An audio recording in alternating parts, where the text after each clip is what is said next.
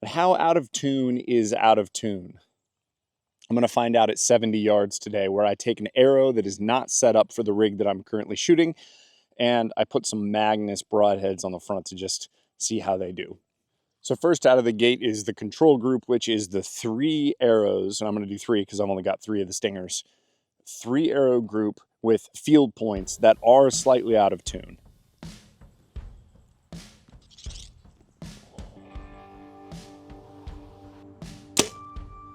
Felt a little high, but I'm not going to adjust because I want this to kind of be still true to life. I've only shot 1 group to warm up.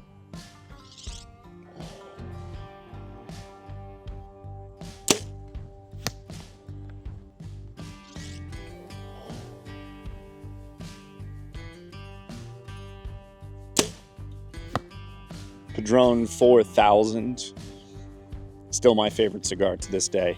So here's why this is interesting. What I do during the season is I don't shoot my hunting arrows because I don't want to break them or, just mess them up.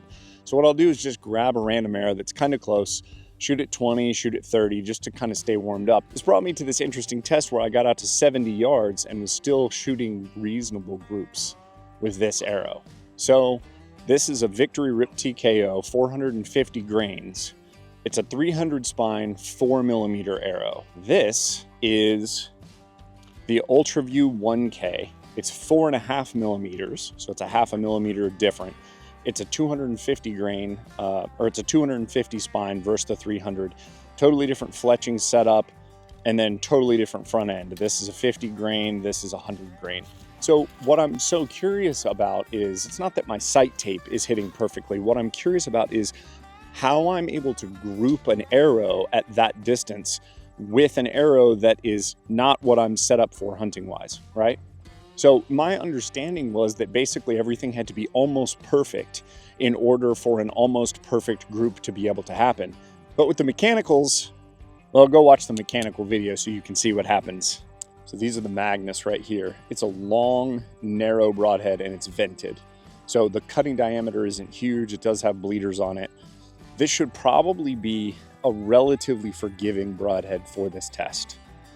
70 yards, slightly out of tune, 4mm arrows versus 4.5, totally different spine, totally different front end weight, totally different fletching configuration.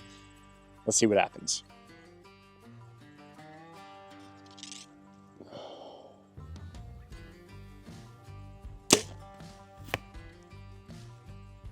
We hit the target. That's a good sign. So I'm not going to look downrange, because if I do, I may alter where my aim point is to actually try to group these a little bit better.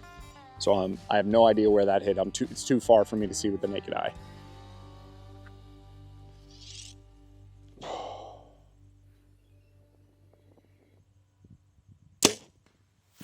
Ooh, that sounded like Matt.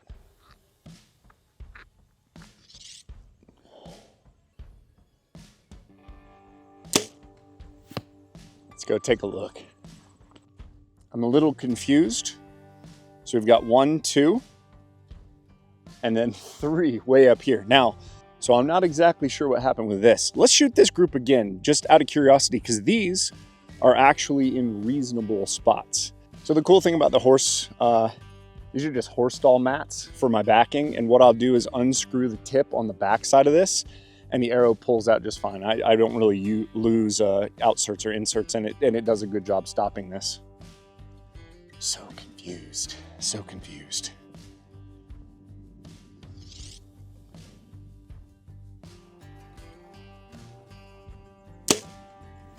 That felt really good.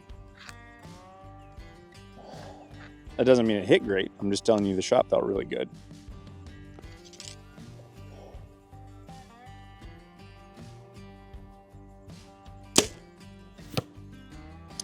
Felt reasonable. All right, this was the wild one last time. This hit super high.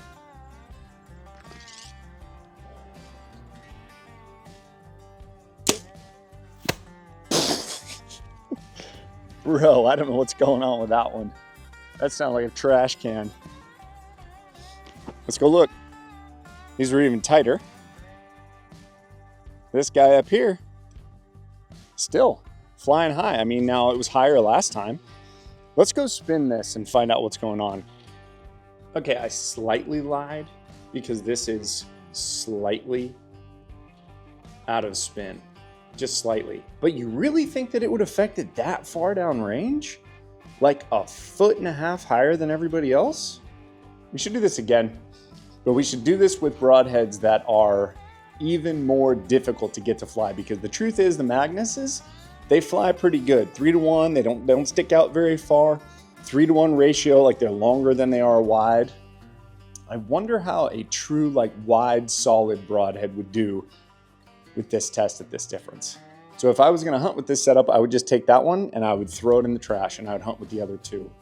But that's at 70 yards, 70, with a fixed blade broadhead on the front of an arrow that is not set up for the bow that I've got. Fascinating, fascinating. If you haven't watched part 1, go watch part 1, which is the mechanical test. You'll see the group that the mechanicals were able to put together. Thanks for watching. I'm Brandon McDonald.